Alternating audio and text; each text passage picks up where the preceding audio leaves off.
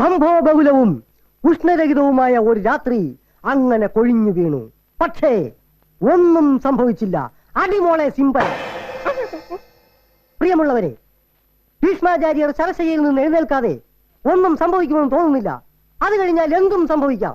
അതുകൊണ്ടാണ് ഭഗവാൻ ഭഗവത്ഗീതയിൽ പാടിയത്. ഭഗവാൻ ഭഗവത്ഗീതയിൽ പാടി സംഭവാമി യുഗേ യുഗേ, സംഭവാമി യുഗേ യുഗേ.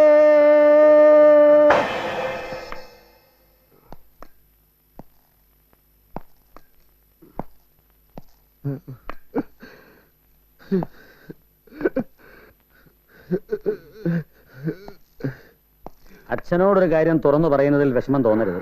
എന്റെ മനസ്സിന് വിഷമം വരുന്ന ഒരു കാര്യം മാത്രം നീ എന്നോട് പറയരുത്. എന്നെ ആശുപത്രിയിലേക്ക് കൊണ്ടുപോകരുത്. എനിക്ക് നിന്നെ അണ്ണനെ എപ്പോഴും കണ്ടുകൊണ്ടേ ഇരിക്കണം. കൈക്കെങ്ങനുണ്ട്?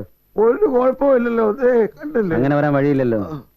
2 കാലം തളർന്ന സ്ഥിതിക്ക് 18 മണിക്കൂറിനുള്ളിൽ കയ്യും തളരേണ്ടതാണ്.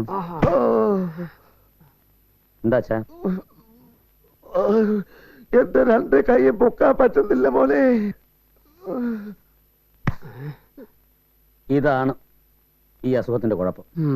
വലിയ നമ്മുടെ ആലശ്ശേരി ഭാർഗവൻ പിള്ളയില്ലേ, പുള്ളിക്കും ഇതേ അസുഖമായിരുന്നു. 2 ആഴ്ചക്കുള്ളില് ഞാൻ നടത്തിച്ചു. അച്ഛൻ നാക്കൊണ്ട് നീട്ടിക്ക്. അയ്യോ, എന്റെ നാക്കിനൊരു കുഴപ്പമില്ല. മാത്രമല്ല പഴയതിനേക്കാളും വളരെ വ്യക്തമായി സംസാരിക്കാനും കഴിയുന്നുണ്ട്. വിശപ്പോ?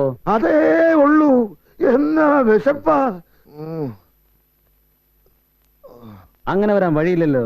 ഭാർഗവൻ പിള്ളയ്ക്ക് അസുഖം വന്നപ്പോ ആദ്യത്തെ 8 ദിവസം ഞാനൊന്നും കൊടുത്തില്ല. കാരണം ഒന്നും ഇറങ്ങിയില്ലായിരുന്നു. അത് ഭാർഗവൻ പിള്ളക്കല്ലേ, ഞാൻ പൽക്കുല കുറിപ്പാ. എനിക്ക് ഇറങ്ങും. ഏതായാലും ഞാൻ ചികിത്സ തുടങ്ങാം. വലിയ ഒരു കണ്ണ് വേണം.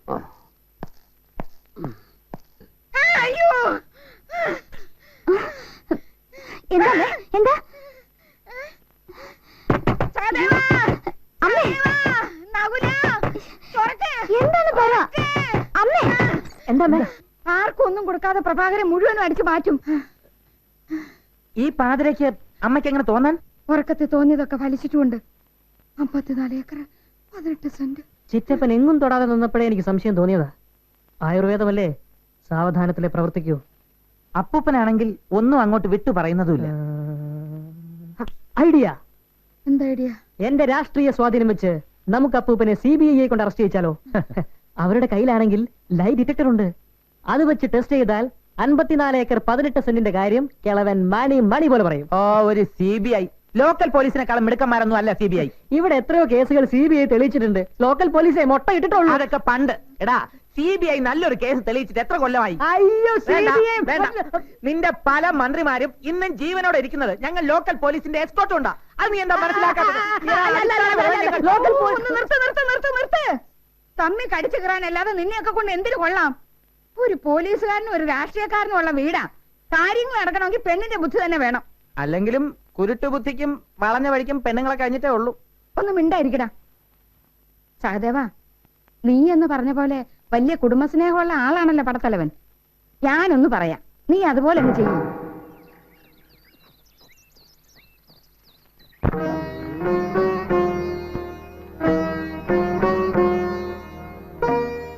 ഇപ്പോഴെങ്കിലും നിനക്കൊരു ഉത്തരവാദിത്വ ബോധം ഉണ്ടായല്ലോ. സത്യം പറഞ്ഞാൽ ചുറ്റുപാട് ഇപ്പോഴാണ് ഉണ്ടായത് അപ്പൂപ്പ. എന്തെങ്കിലും കാണാതെ ഇറങ്ങിത്തിരിക്കാൻ പറ്റുമോ? അവരെത്രയാ ചോദിക്കുന്നത്? ചോദിച്ചില്ലെങ്കിലും നമ്മളൊരു 50 പവനെങ്കിലും കൊടുക്കണ്ടേ? പ്രഭാകര, അല്ല, 50 പവൻ എന്നൊക്കെ പറഞ്ഞ ഇന്നത്തെ കാലത്ത് ഒന്നുമില്ല. ഒരു 75 പവൻ വരെയൊക്കെ കൊടുക്കാം.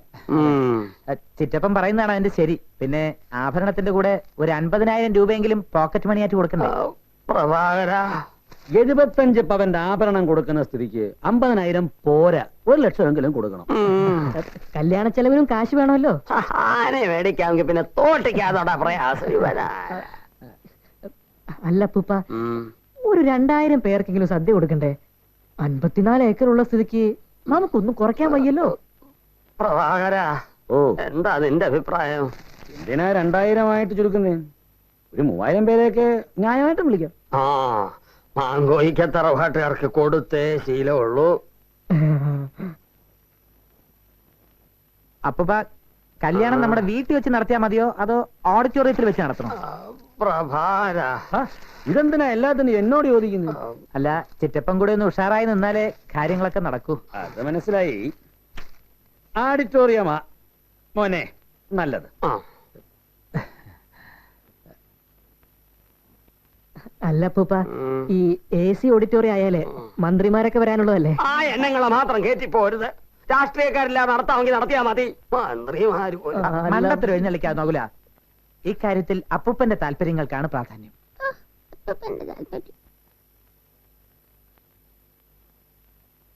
എന്റെ വക്കത്തപ്പാ, എന്തൊക്കെയാ ഞാൻ ഈ കേക്കുന്നത്? പെങ്ങള് പറഞ്ഞത് നേരാണോ? ഞാൻ എന്തിനാ ഫൽഗു കള്ളം പറയുന്നത്?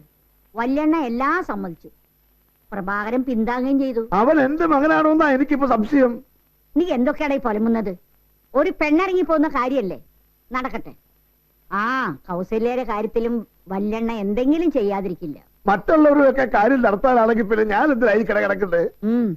എനിക്കും അത് ഓർത്തിട്ട വിഷമം.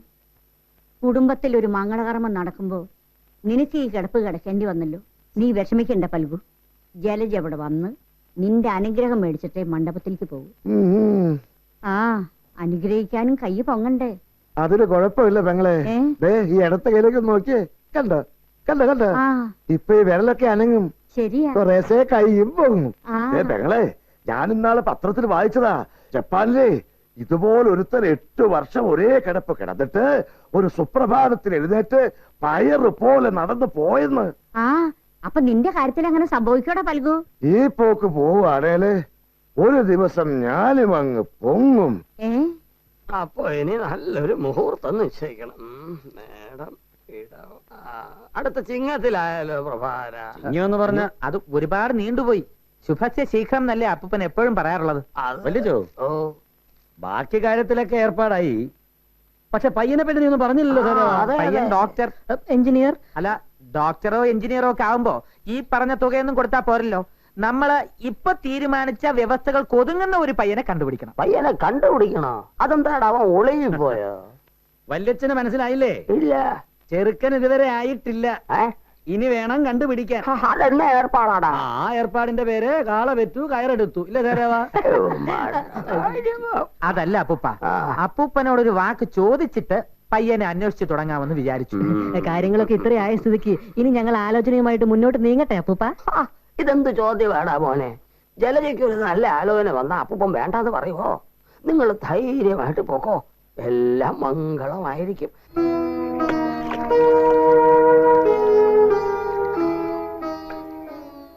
എന്റെ ശ്രീപത്മനാഭ, ഇന്നലെ വരെ ഇല്ലാത്ത ഓരോ ശീലങ്ങള്. അവരെന്തിനാടാ പ്രഭാര തൊട്ടതിനും പിടിച്ചതിനും ഒക്കെ എന്റെ അഭിപ്രായം ചോദിക്കുന്നത്? അതിനൊരു സുഖമില്ലേ? ആ, കാരണം അവരുടെ സ്ഥാനത്ത് നിർത്തി അഭിപ്രായം ചോദിക്കുന്നതിൽ സുഖമില്ലാതില്ല. എന്നാലും അവന്മാര് പറഞ്ഞത് എല്ലാം എനിക്ക് അങ്ങോട്ട് പിടികിട്ടുന്നില്ല. 54 ഏക്കറിന്റെ കാര്യം പറഞ്ഞത് നീ ശ്രദ്ധിച്ചോ? ശ്രദ്ധിച്ചു. അതെന്തുവാടാ? 54 ഏക്കർ അല്ല, പിന്നെ 54 ഏക്കർ 18 സെന്റ്. അത് ഞാൻ പിന്നെ പറഞ്ഞുതരാം. പക്ഷെ അതിനു മുമ്പ് എനിക്കൊരു കാര്യം അറിയണം. എന്തുവാടാവേ? ഈ അറുമുഖൻ തമ്പിയും വല്യച്ഛനും തമ്മിൽ എന്തോ ഏർപ്പാട്? അല്ല, അത് പിന്നെ വല്യച്ഛൻ പറയണം. അവൻ എനിക്കൊരു അനിയനെ പോലെ. പട്ടാളത്തിൽ നിന്ന് പിരിഞ്ഞു പോന്ന അവന് കൊട്ടാര വക റബ്ബർ തോട്ടത്തിന്റെ മേഘതോട്ടം തമ്പുരാട്ടിയോട് പറഞ്ഞ് തരമാക്കി കൊടുത്ത ഞാൻ അത് വലിയ കടപ്പാടായിട്ട് കൊണ്ട് നടക്കുക. തടിയൻ പാവം. പിന്നെ അതിന്റെ പേരില് ഉടുപ്പ് മേടിയില് ഉണ്ട് മേടിയില് എന്നൊക്കെ പറഞ്ഞ് വല്ലപ്പോഴും ശകലം ചില്ലറ എന്നെ വെച്ച് തരും. നിങ്ങളറിഞ്ഞ കുറച്ചിലാണല്ലോ എന്ന് കരുതി ഞാൻ പറഞ്ഞില്ലെന്നേ ഉള്ളൂ. അത്രേ ഉള്ളൂ? ആ, പിന്നല്ലാതെ. പക്ഷേ മറ്റുള്ളവർ ധരിച്ചിരിക്കുന്നത് അങ്ങനല്ല. നിങ്ങൾ തമ്മിൽ വേറെ എന്തൊക്കെയോ ഇടപാടുകൾ ഉണ്ടെന്നാണ്. ആ ധാരണ മുതലെടുത്തുകൊണ്ട് രണ്ടും കൽപ്പിച്ച് അറുമുഖം തമ്പി അച്യുതക്കുറിപ്പ് പടത്തലവൻ എഴുതുന്ന പോലൊരു കത്ത് ഞാൻ അങ്ങ് എഴുതി. നീ എന്താന്ന് എഴുതി? വല്യച്ഛന്റെ പേരിൽ 54 ഏക്കർ 18 സെന്റ് പുരയിടമുണ്ടെന്നും ഇനി നോക്കി നടത്താൻ തമ്പിക്കാവില്ലെന്നും അതുകൊണ്ട് എത്രയും പെട്ടെന്ന് അത് തിരിച്ചെടുക്കണമെന്നും കാണിച്ചുകൊണ്ട് ഒരു കത്ത്. എന്നിട്ട് അത് എനിക്ക് കിട്ടിയില്ലല്ലോ പ്രഭാര. അത് കിട്ടേണ്ടവർക്കൊക്കെ കിട്ടേണ്ടിടത്തൊക്കെ കിട്ടി. അതുകൊണ്ടല്ലേ ഇന്നലെ വരെ പന്ത് പോലെ തട്ടിയിരുന്നവർ ഇപ്പൊ വല്യച്ഛനെ സ്നേഹം കൊണ്ട് മുപ്പതിയുന്നത്. ഓ, നീ എന്തിനാടാ ഈ കൊലച്ചത് ചെയ്തത്? വല്യച്ഛനെ ഞാൻ എന്നെ കണ്ടതുകൊണ്ട്. വല്യച്ഛന്റെ ഈ അവസ്ഥ ഞാൻ ഇപ്പോഴും അനുഭവിക്കുന്നുണ്ട്. ഭാര്യയുടെ മുമ്പിൽ, അച്ഛന്റെ മുമ്പിൽ, ബന്ധുക്കളുടെ മുമ്പിൽ.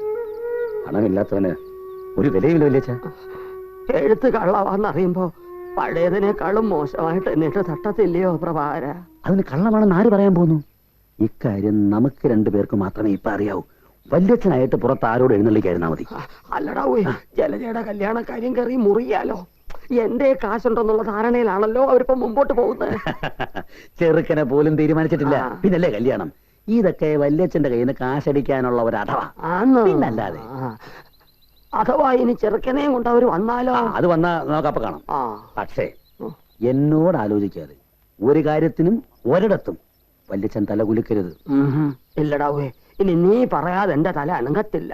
അങ്ങനാണേല് 1000 പൂർണ്ണചന്ദ്രനെ കാണുന്നവരെ രാജാവായിട്ട് ഇതുപോലെ സുഖിച്ചങ്ങ് ജീവിച്ചട്ടെ. എന്റെ ശ്രീ പത്മനാഭ.